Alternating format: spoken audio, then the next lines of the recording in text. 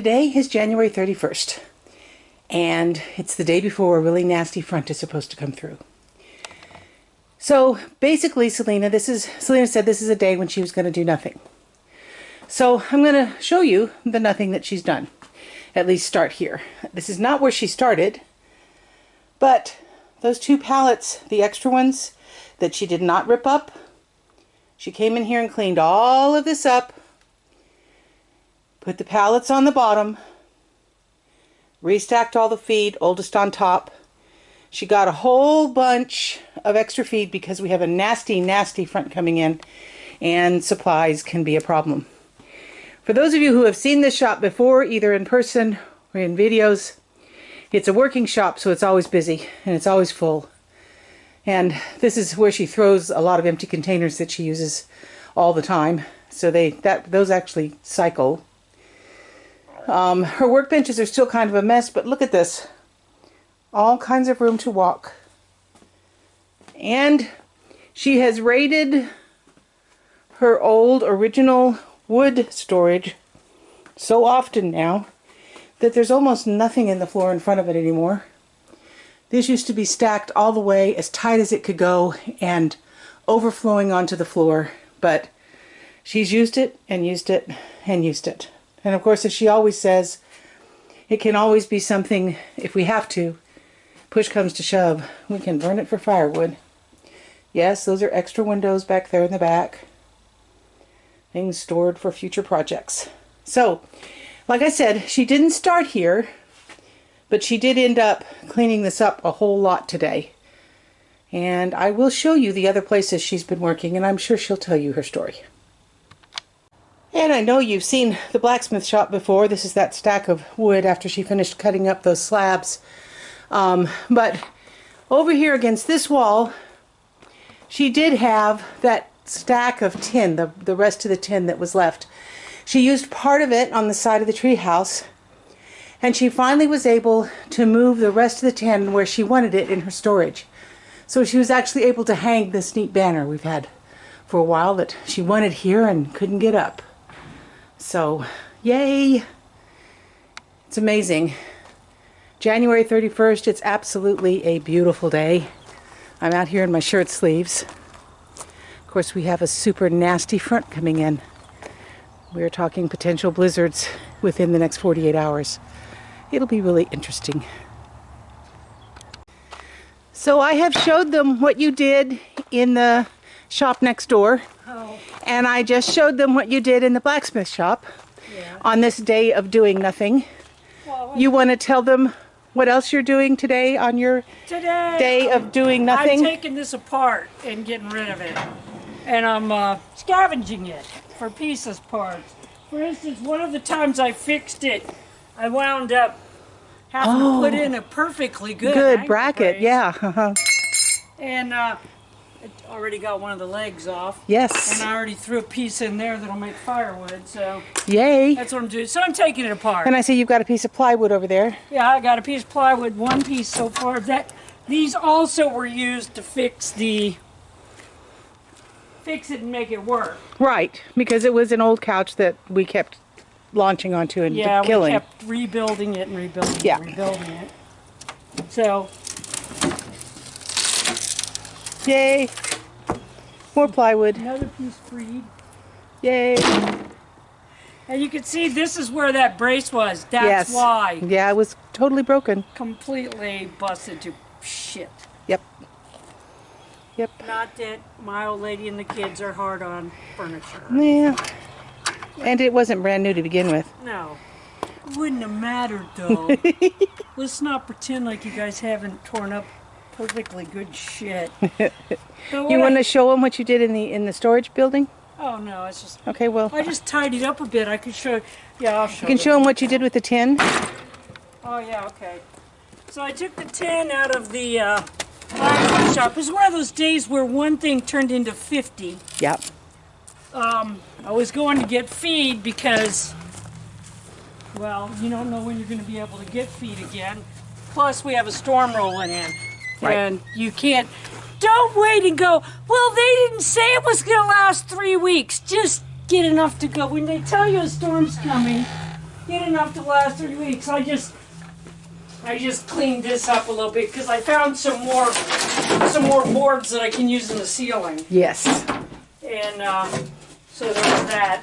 I found a bunch more of them, and I went through and just kind of straightened it up. But I put the tin up there. Awesome. The same place I put the siding. the remaining siding. Right. Right up there. Should be fine, and I know where it is, and it's no longer in my way in the blacksmith shop. It's not in anybody's way. That's right. And it'll stay So dry, that's high nice. and dry. It'll stay nice and dry, and well, because you're like, why does tin have to stay dry? Because if it doesn't and water gets between the sheets, it starts to tear it apart. It starts to oxidize.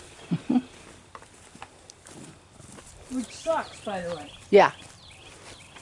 So I'm getting ready to fire up my reciprocating saw, Right. which will make this job about 4 billion times easier.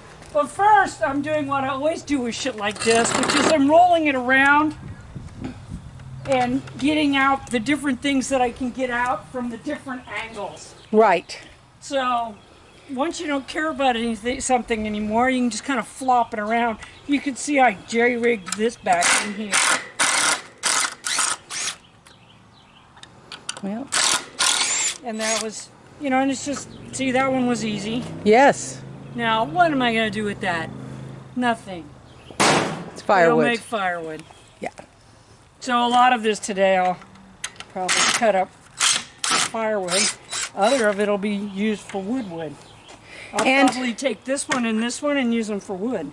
Well, in the turnstock you'll use for something. Oh, I'm thinking about taking the arms off, whole. I'm thinking about building a bench using them. The baby's, the springs off the baby's bed. And it's one of those things, if I can do it, it'd be really cool because I use up a bunch of garbage. Right. But I've got an old bedstead. It's the foot of a bed Right. that Jack and Shauna threw away. Which would make a back. Huh? Which Which wouldn't. would make a back if it's the right length, or if I can cut it down to the right length to fit that. I'd like to fit the spring carriage.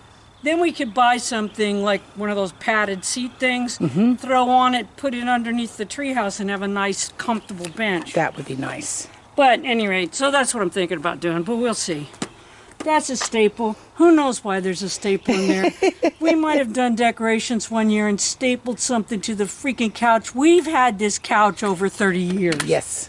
And it was old and yeah, it was old. and ratty when we got The it. original people threw it away. Yes, so, the original people threw it away. Yeah. Well, and they gave it to your sister when They she gave had it to the. my sister when her house burnt down, and she didn't give it to me because we needed furniture.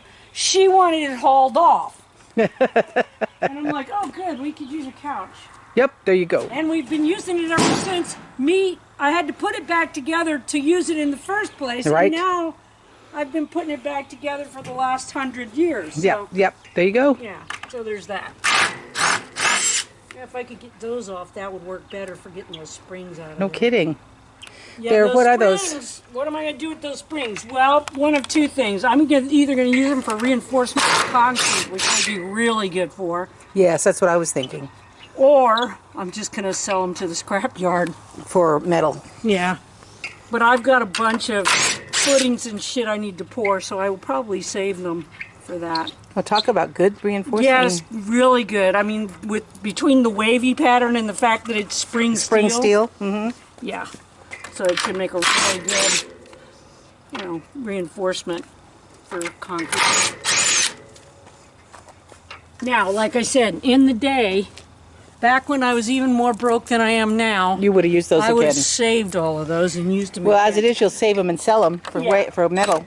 Well, what I'll do is I'll have them and save them, and then if something should happen before I go to sell metal, I'll be using them.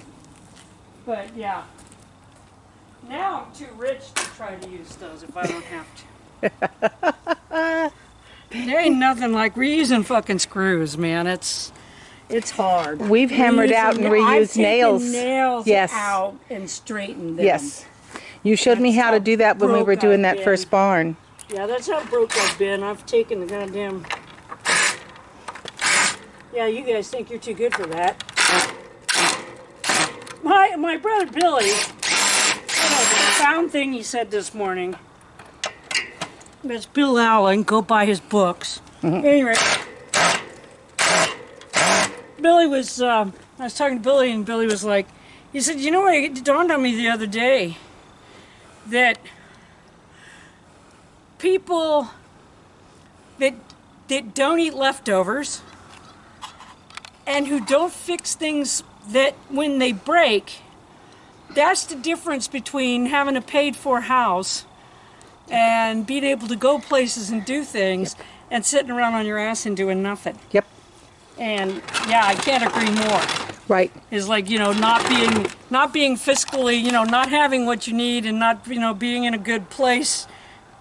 And then if it's because you have a lifetime of never eating leftovers and a lifetime of just throwing shit away when it breaks and buying new. Right. A lifetime of that. Not only are you doing huge damage and making a huge carbon footprint, but you're screwing yourself over. Right. Staying in debt. Because unless you're rich,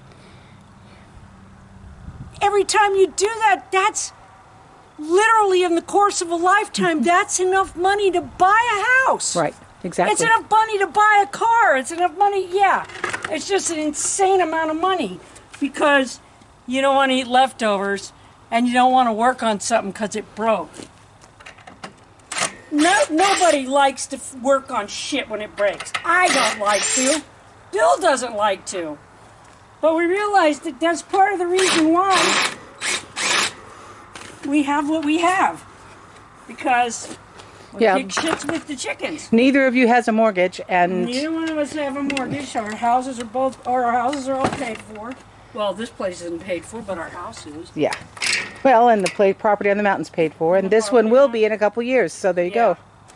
And so yeah, you can have it, but you can always never eat leftovers, and you can not pick shit with the chickens and pretend like you can afford to be all hoity-toity with shit, or you can just pick shit with the chickens and have things. Have things.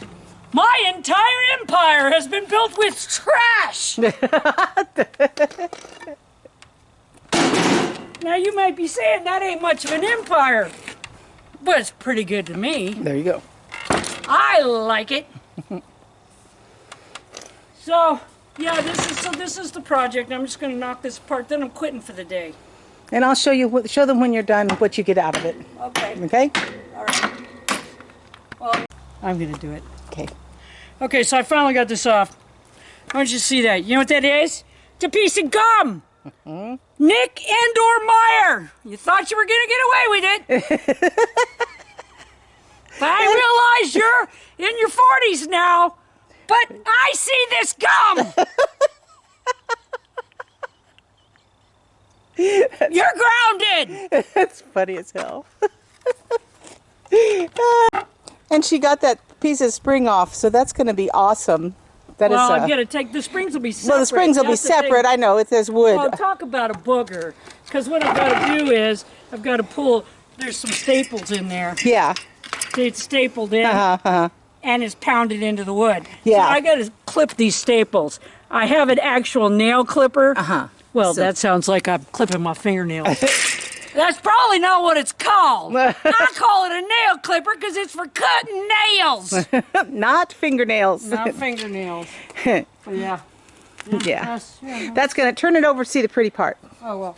Yeah, she's talking about using that for gingerbread. I'm thinking about using that for gingerbread in the treehouse. I'll probably cut it in half, maybe, and put it like over one of the doors or two of the doors going into one of the rooms. And I'll paint it and then antique it with different. I'd like to do it really bright colors. You know, Shauna came over and she's like, "Oh my God, who painted those doors that horrible color?" And I'm like, "I did." Some people are afraid to use bright colors. Yes. But here's what you need to remember: bright colors, when people see them, there's an absolute moment of joy. Yes. Why is that? Well, that's because bright colors are life. Yeah. Flowers have bright colors, and plants come in bright colors, and animals come in bright colors. You know what doesn't? Dead things! Dead things! Quit using beige! Beige and tan and brown, that's dead shit! Dead shit, you dumbasses! You're surrounding yourself with dead shit and then wondering why you're unhappy! Okay.